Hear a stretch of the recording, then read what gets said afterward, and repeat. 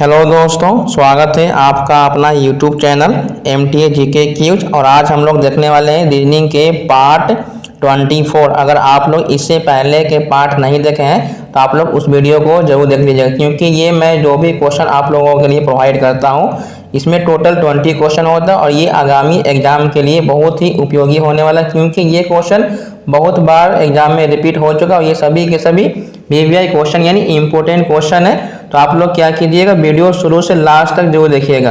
अगर आप लोग मेरे चैनल पर नए हैं तो चैनल को सब्सक्राइब कर दीजिएगा और साथ में बेल आइकन को दबाना ना भूलें, क्योंकि जब भी कोई मैं वीडियो अपलोड करूंगा तो नोटिफिकेशन सबसे पहले आपके पास पहुंच जाएगा। तो मैं वीडियो को अब स्टार्ट करता हूं।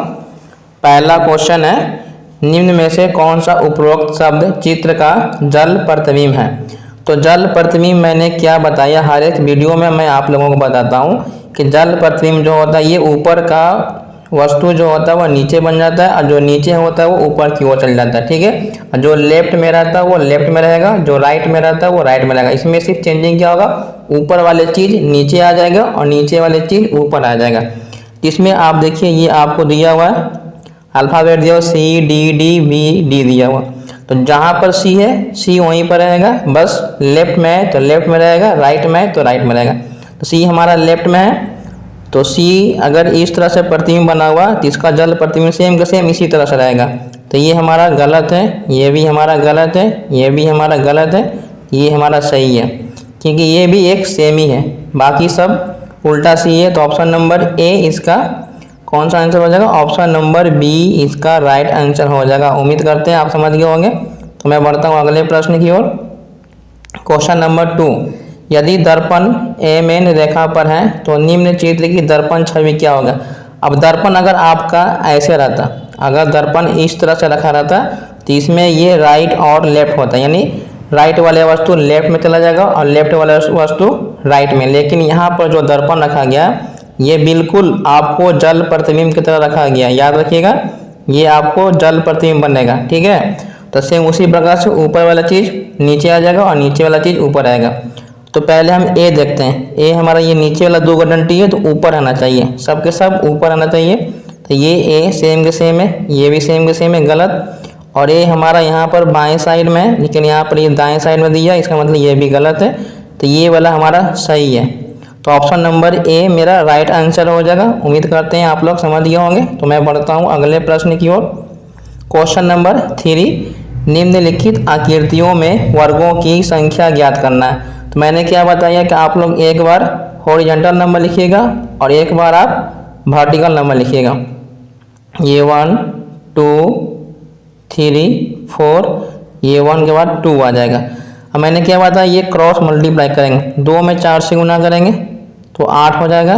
उसके बाद 1 में 3 से गुना करेंगे तो 3 हो जाएगा।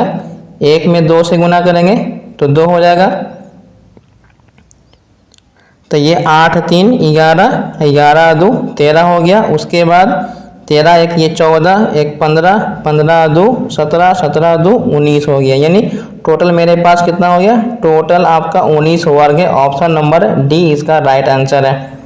नेक्स्ट क्वेश्चन नंबर 4, निम्न चित्र में वर्गों की संख्या की गणना करना। इसमें आपको क्या करना, वर्ग की गणना करना। तो सबसे पहले ये छोटा वाला 1 2 3 4 5, ये तो आपका वर्ग हो गया 5 गो, ठीक है, ये आपका।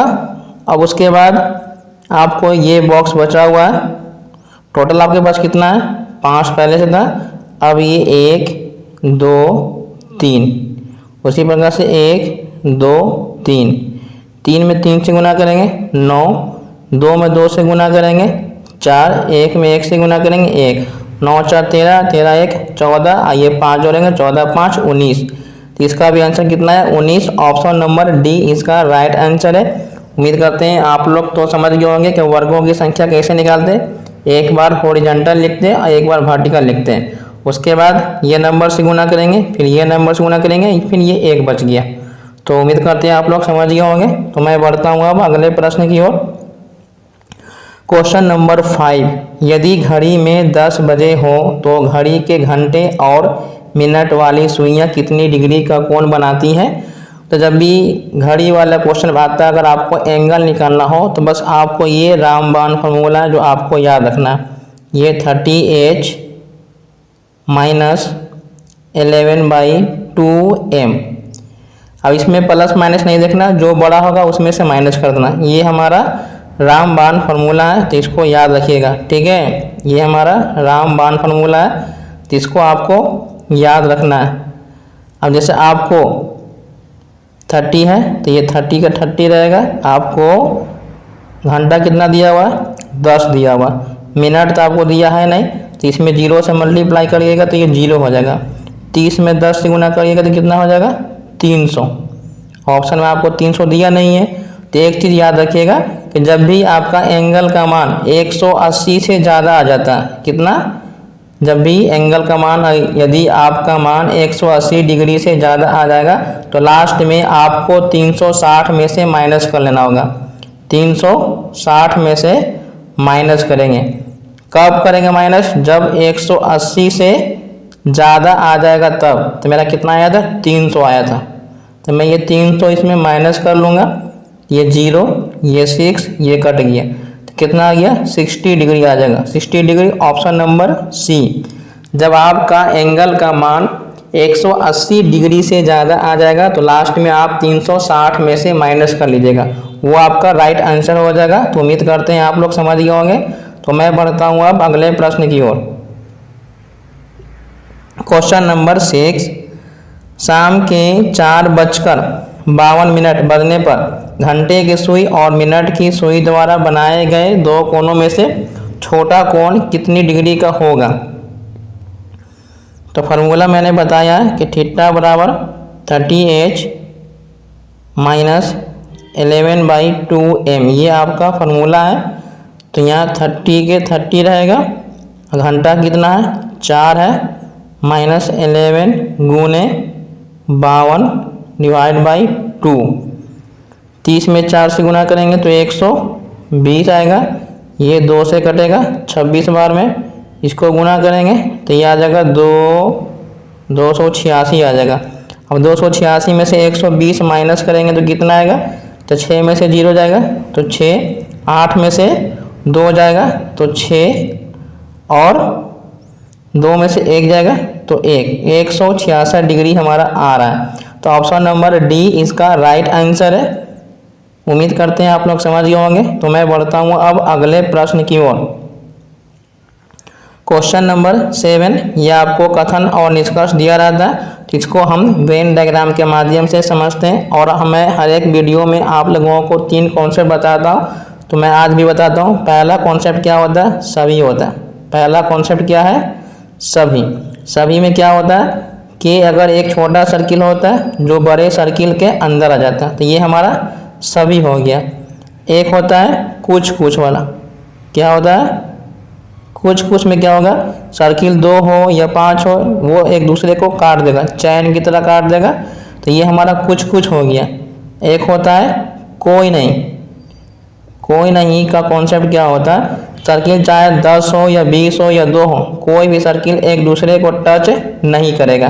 तो ये सभी के लिए, ये कुछ कुछ के लिए, और ये कोई नहीं का, ये हमारा कॉन्सेप्ट है वेन डायग्राम का। उम्मीद करते हैं आप लोग समझ गए होंगे। तो अब मैं इसको बनाता हूँ। कुछ मेज पुस्तक है। कुछ मेज क्या है, पुस्तक है।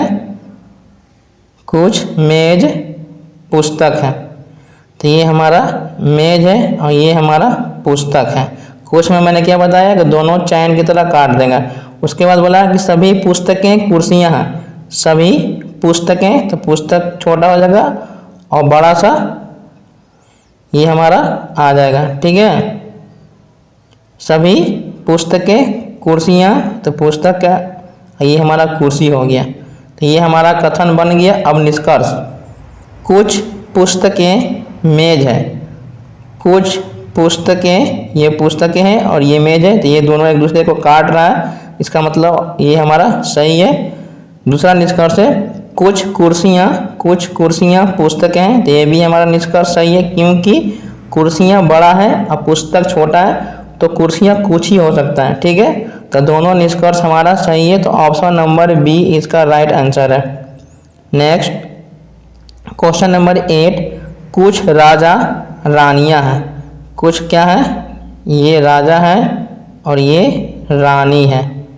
ठीक है, ये राजा और ये रानी है। उसके बाद बोला कि सभी रानियां सुंदर है, और जितना भी रानी है वो क्या है, हमारा सुंदर है। ये हमारा सुंदर है। अब निष्कर्ष, सभी राजा राजा मेरा यहाँ पर है कि सभी राजा सुंदर है, तो सभी राजा सुंदर नहीं हो सकती, क्योंकि राजा जो है वो आधा बाहर निकला हुआ। इसका मतलब ये पहला निष्कर्ष गलत है। सभी रानियाँ राजा है, सभी ये रानी है और ये राजा है, तो दोनों के दोनों कुछ कुछ वाला भाग है, तो ये भी नहीं हो सकता, यानी दोनों निष्कर्ष हमारा गलत है। तो ऑप्शन नंबर बी इसका राइट आंसर है। तो उम्मीद करते हैं समझ गए होंगे। तो मैं बढ़ता हूँ अब अगले प्रश्न की ओर। क्वेश्चन नंबर 9, ये आपको क्वेश्चन दिया हुआ है कि निम्नलिखित में से कौन सा वेन आरेख निम्नलिखित वर्गों के बीच संबंध को सही ढंग से दर्शाती है। आपको कोट दिया हुआ है, घड़ी दिया हुआ है और पत्र दिया हुआ है, तो तीनों में से किसी का संबंध कोई किसी से नहीं। इसका मतलब है कि तीनों सर्किल क्या होगा, अलग अलग होगा। तो ऑप्शन नंबर डी इसका राइट आंसर है। उम्मीद करते हैं समझ गए होंगे। तो मैं बढ़ता हूँ अगले प्रश्न की ओर। क्वेश्चन नंबर 10, कौन सा वेन आरेख निम्नलिखित के बीच संबंध को सही ढंग से दर्शाता है। Option A computer, option B table, option C electronic. ये आपको 3 चीज़ दिया हुआ है, तो जितना भी कंप्यूटर है ये हमारा कंप्यूटर है, तो ये क्या होगा, इलेक्ट्रॉनिक ही बनता है, सबके सब इलेक्ट्रॉनिक है, और टेबल हमारा अलग रहेगा। ठीक है, तो सी के अंदर ए होना चाहिए, तो ये हमारा सही है। ऑप्शन नंबर बी इसका राइट आंसर है। उम्मीद करते हैं समझ गए होंगे।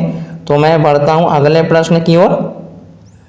क्वेश्चन नंबर 11, बी और सी क्रमशः पति और पत्नी है। एम के और सी का पिता है, तो बी एम का क्या होगा। ये ब्लड रिलेशन वाले प्रश्न हैं, तो इसको जब भी आप प्रश्न को बनाइएगा ये हमेशा अपने पर कंपेयर करके बनाइएगा, तभी आप इसको सॉल्व करेंगे। तो ये बी है और फिर एक सी है, तो ये पति है और ये पत्नी है, तो पति पत्नी का सिंबल हमेशा दोनों तरफ एरो कर देंगे। एम के और सी का पिता है, ये एम है, एम जो है वो पिता है किसका, के और सी का, तो सी तो हमारे पास है, एक यहाँ पर के लगा लेते हैं। इसके बारे में ये नहीं बोला कि ये लड़का है कि लड़की है। बी एम का क्या है, बी एम का क्या है, ये आपको बताना है कि बी जो है वो एम का क्या है। तो देखिए यहाँ पर ये सी है, मतलब कि ये इसकी बेटी है और ये बेटी का पति, यानी बी जो हो जाएगा वो एम का दामाद हो जाएगा। ऑप्शन नंबर सी इसका राइट आंसर है। तो उम्मीद करते हैं आप लोग समझ गए होंगे। मैं आपसे एक रिक्वेस्ट करता हूं कि अगर आप लोग मेरे चैनल पर नए हैं तो प्लीज़ चैनल को सब्सक्राइब कर लीजिएगा और साथ में बेल आइकन को दबाना ना भूलिएगा, क्योंकि जब भी कोई मैं वीडियो अपलोड करूँगा तो नोटिफिकेशन सबसे पहले आपके पास पहुँच जाएगा। और वीडियो को शुरू से लास्ट तक देखिएगा। तो मैं बढ़ता हूँ अब अगले प्रश्न की ओर। क्वेश्चन नंबर 12, डी एफ का बेटा है, ई एफ की बहन है और उसका बेटा ए और बेटी एक्स है। यदि बी ए का मामा है तो डी बी से किस प्रकार से संबंधित है। तो ये आपका ब्लड रिलेशन वाला है, तो ये मैं आपको होमवर्क में देता हूँ। किस में है, होमवर्क, यानी HW है। तो आप लोग इस क्वेश्चन को खुद से सॉल्व करिएगा। मैं हर एक वीडियो में आप लोगों को एक होमवर्क के रूप में देता हूं, तो काफ़ी लोग जो है वो अपना आंसर कमेंट बॉक्स में भेजते हैं। तो मुझे काफ़ी अच्छा लगता है कि आप लोग ने वीडियो को देखा और उसे खुद से बनाने की कोशिश की। तो मैं इस बार भी उम्मीद करता हूँ कि आप लोग इसे खुद से बनाइएगा और अपना जो भी आंसर आएगा हमें कमेंट में जरूर भेजिएगा। तो मैं बढ़ता हूँ अब अगले प्रश्न की ओर। क्वेश्चन नंबर 13, गोपी चंद अपने घर से पश्चिम में 10 किलोमीटर चलता है और फिर बाएं मुड़ता है और 30 किलोमीटर चलता है, फिर वह पूरब की ओर मुड़ता है और 25 किलोमीटर चलता है और आखिर में बाएं मुड़कर 30 किलोमीटर चलता है। अपने घर से वह कितनी दूर है। तो ये आपको डायरेक्शन वाला है, ये नॉर्थ है, ये साउथ है, ये वेस्ट है और ये ईस्ट है। तो उम्मीद करते हैं इतना आप समझ गए होंगे। तो हम मान लेते कि ये मेरा घर है, ठीक है, तो वो भी चंद अपने घर से पश्चिम में, तो पश्चिम इधर है, पश्चिम में 10 किलोमीटर चलता है और फिर बाएं मुड़ता है, जिसका बाएं इधर आ जाएगा और 30 किलोमीटर चलता है, फिर वह पूरब की ओर मुड़ता है और 25 किलोमीटर, तो पूरब इधर है तो 25 किलोमीटर चल दिया, उसके बाद चलता और आखिर में बाएं मुड़ता और 30 किलोमीटर, तो फिर ऊपर चल जाएगा इसका बाएं और ये 30 किलोमीटर है। तो पूछ रहा है क्या, तो वह घर से कितनी दूरी पर है, यहाँ पर है, यानी इसको हम यहाँ से ऐसे मिला देते हैं तो ये हमारा ट्राइंगल बन जाएगा। तो कहने का मतलब है ये हमारा 10 है तो ये कितना हो जाएगा, ये 15 हो जाएगा। उसके बाद ये हमारा 30 है और ये भी 30 है, तो यहाँ से यहाँ पूरा मिला देंगे तो ये कितना हो जाएगा 15 किलोमीटर, क्योंकि 30 यहीं तक है, ठीक है। तो 15 किलोमीटर इसका right answer option number C हो जाएगा। नेक्स्ट क्वेश्चन नंबर 14, गावस्कर अपने घर से निकलता है और सीधे पूरब की ओर चलता है, यानी सपोज अगर वो यहाँ पर खड़ा है तो वह पूरब की ओर चलता है, 60 मीटर चलने के बाद वह बाएं मुड़ता है और 15 मीटर की दूरी तक सीधे चलता है, फिर वह बाएं मुड़ता है और 20 मीटर की दूरी तक सीधे चलता है, वह आखिरी बार बाएं मुड़ता है, आखिरी बार बाएं मुड़ता और 15 मीटर, यानी फिर से वो यहाँ आ जाएगा। तो पूछ रहा है कि वह अपने घर से कितना दूर है, तो पहले वो यहाँ खड़ा था, अभी वो यहाँ खड़ा है, तो टोटल ये 60 है, तो 60 में से ये 20 कट गया तो इतना बचा 40, तो ऑप्शन नंबर डी इसका राइट आंसर है। उम्मीद करते हैं समझ गए होंगे। तो मैं बढ़ता हूँ अगले प्रश्न की ओर। क्वेश्चन नंबर 15, श्रृंखला में अगला शब्द बताना है आपको, इसमें नंबर भी है अल्फ़ाबेट भी है। तो पहले आपको ZW दिया हुआ है, तो Z का 26 होता है, W का 23 होता है, U भी V का होता है 22, सही है, U का होता है 21। तो ये 26 में से कितना घटा 4, फिर 23 में से घटा 2, मतलब कि पहले 4 घटा और फिर 2 घटा। तो उसी प्रकार से अगर हम 22 में से 4 घटाएंगे तो आपको आएगा 18 और 21 में से 2 घटाएंगे तो आपको बचेगा 19। तो 18 होता है R का, 19 होता है S का, RS 18 19। ऑप्शन नंबर बी इसका राइट आंसर है। नेक्स्ट क्वेश्चन नंबर 16, उपरोक्त क्रम का प्रयोग करते हुए लुप्त पद का पता लगाना है। तो पहले ये आपको एम है, एन है, परसेंटेज है। तो ये कहने का मतलब ये एम से ये परसेंटेज किया, तो मेरा एम इसमें है कहाँ, एम हमारा ये दिया हुआ, इसको मैं एक बार यहाँ से लिख देता हूँ, P3RIMJ3Q परसेंटेज $$E5XY1#8 ये आपको दिया हुआ है। तो पहले हमको एम है, तो एम हमारा यहाँ, तो यहाँ देखिए एम से ये यहाँ पर ये परसेंटेज गया 1 2 3, चौथे नंबर पे हमारा परसेंटेज आ गया, यानी हमको पहले +4 मतलब कि चौथे नंबर पे जाना है। फिर एन के बाद हमको देखिए यहाँ एन से एक्स आया, एन है कहाँ, यहाँ पर एन है, तो हमको एक्स जाना है 1 2 3 4, यानी फिर से +4 हो रहा है।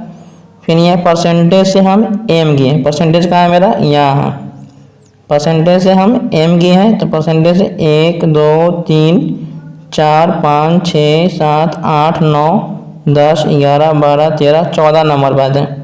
अब रही हमको 14 नंबर पर आ गया। तो उसी प्रकार से W है, तो W के बाद हमको चौथे नंबर पे जाना है, तो 1 2 3 4, चौथा नंबर पे हमको आ जाता है E, क्या आ जा रहा है, हमको E आ जा रहा है। तो उम्मीद करते हैं यहाँ तक आप समझ गए होंगे। उसके बाद हमको X है, तो X हमको देखिए यहाँ पर है, तो चौथे नंबर पे जाना है, तो 1 2 3, चौथे नंबर पे हमको 8 आ जा रहा है। तो E के बाद 8 आपको कहाँ पर मिला, इसमें कहीं नहीं है, यानी हमको यहाँ पर ई के बाद हमको कितना आना चाहिए, ई तो एकदम सही है। उसके बाद हमको चौथे नंबर एक्स है, तो एक्स हमारा यहाँ पर 1 2 3 4 हमको यहाँ पर आ जाएगा हैश आ जाएगा। तो ऑप्शन नंबर बी इसका राइट आंसर है। नेक्स्ट क्वेश्चन नंबर 17, निम्नलिखित श्रृंखला की अगली संख्या कितनी होगी। ये आपको 0 दिया हुआ है, ये 2 दिया हुआ है, ये 9 है, 28 है, 65 है। जिसको हम पहले जोड़ के देखेंगे, यहाँ 2 जुटा, यहाँ 7 जुटा, यहाँ पर 8 18 में से 9 गया 9 19, फिर यहाँ कितना जुटा 15 में से 8 गया 7, 5 में से 2 गया 3। इसको अगर फिर से चेक करते हैं तो यहाँ 5 है, इस तरह से ये नहीं बनेगा, ठीक है। तो इसमें हम अब दूसरा तरीका चेक करते हैं। ये जो है 1 का क्यूब अब +1 किए तो हमको कितना आ जा रहा है 2, ठीक है। फिर हम यहाँ से देखेंगे 2 का क्यूब अब +1 किए तो 9 आ जा रहा है। उसी प्रकार से फिर 3 का क्यूब करेंगे 27 1 28, फिर 4 का क्यूब किए तब हम 5 का क्यूब करेंगे तो 5 का क्यूब +1 यानी 125, 1 जोड़ेंगे तो 126। ऑप्शन नंबर बी इसका राइट आंसर है। उम्मीद करते हैं आप लोग समझ गए होंगे। तो मैं बढ़ता हूँ अब अगले प्रश्न की ओर। क्वेश्चन नंबर 18, निम्न में से विषम को पहचानिए। आपको यहाँ पर फिगर कुछ दिया हुआ जो आपको पहचानना है कि इसमें से कौन सा ऐसा फिगर है जो सबसे अलग है। तो देखिए एक बड़ा सर्किल है तो उसके साथ जस्ट एक छोटा सर्किल है, ठीक है। एक बड़ा सा त्रिभुज है तो फिर छोटा सा त्रिभुज है। एक बड़ा सा आयत है तो एक छोटा सा आयत है। एक बड़ा बेलन है तो एक छोटा बेलन रहना चाहिए, जो कि ये बेलन नहीं है तो ये वाला हमारा गलत है, यानी ये हमारा गलत है। ऑप्शन नंबर डी इसका राइट आंसर है। नेक्स्ट, अगर आप लोगों को यह सेशन और वीडियो अच्छा लग रहा तो आप लोग वीडियो को लाइक कीजिए और अपने दोस्तों के साथ शेयर करिए, और नए हैं तो चैनल को सब्सक्राइब करिएगा। और मुझे उम्मीद है कि आप लोग चैनल जरूर सब्सक्राइब करिएगा। क्वेश्चन नंबर 19 में किसी कूट भाषा में ट्री है जिसको हम इतना लिखा जाता है, तो मैंगो को किस प्रकार लिखेंगे। जैसे ये अल्फ़ाबेट वाले क्वेश्चन है तो मैं आप लोगों को हर एक वीडियो में बोलता हूँ कि आप लोग ए से लेकर जेड तक सारे के सारे अल्फ़ाबेट का नंबर याद कर लीजिए, और जितने भी अल्फ़ाबेट है उसका अपोजिट लेटर जो होता है आप लोग उसको भी याद कर लीजिएगा, ताकि उसकी सॉल्व करने में काफ़ी आसान हो जाएगा। जैसे TREE, ये आपको ट्री दिया हुआ, इसका संबंध क्या लिखा हुआ USFF। जैसे टी के बाद क्या आता है RSTU, यानी इसमें कितना ऐड हुआ है +1 ऐड हो गया। 18 के बाद कितना होता है 19, इसमें भी 1 है, 5 1 6, यानी सभी में +1 ऐड हो रहा है, ठीक है। तो इसमें भी +1 ऐड कर देते हैं। एम है तो एम के बाद हमारा एन आता है, ए के बाद बी आता है, एन के बाद एम एन, एन के बाद ओ आता है, जी के बाद एच आता है, ओ के बाद पी आता है। तो NBOHP ऑप्शन नंबर ए इसका राइट आंसर है। तो उम्मीद करते हैं आप लोग समझ गए होंगे। तो मैं बढ़ता हूँ अगले प्रश्न की ओर। क्वेश्चन नंबर 20, और ये वीडियो का लास्ट क्वेश्चन है, तो वीडियो को पूरा देखने के लिए बहुत बहुत धन्यवाद है।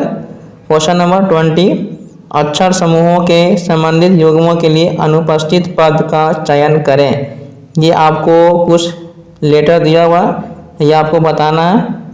जैसे हम इसमें देखिए, इसमें क्या है, ये बी का वैल्यू कितना होता है 2 होता है, और ई का वैल्यू होता है 5। तो इसमें कितना ऐड हुआ 3 ऐड हो गया, कितना 3। ई का वैल्यू होता है 5 और आई का होता है 9, तो 5 और 4 यानी इसमें 4 ऐड हुआ। ए का वैल्यू होता है 1 और एफ का वैल्यू होता है 6, तो कितना ऐड हुआ +5 ऐड हो गया। उसके बाद के का वैल्यू होता है 11, क्यू का होता है 17, कितना ऐड हुआ +6। तो कहने का मतलब है 3 4 5 6 आपको जोड़ना है, 3 से जोड़ना है। तो ये एस है, ए है, आई है, एल है। तो इसमें 3 जोड़ेंगे, इसमें 4 जोड़ेंगे, इसमें 5 जोड़ेंगे और इसमें 6 जोड़ेंगे। तो एस जो होता है वो 19 होता है, 19 और 3 22, 22 का मतलब भी 1 होता है ए, तो 4 1 5, 5 का मतलब ई होता है, ये हमारा आई है, आई का मतलब 9, 9 5 14, 14 का मतलब एन, एल का होता है 12, 12 6 18, 18 का होता है आर, तो VENR, VENR option number C इसका राइट आंसर है। तो उम्मीद करते हैं आप लोग समझ गए होंगे अच्छी तरह से, और वीडियो को पूरा देखने के लिए बहुत बहुत धन्यवाद।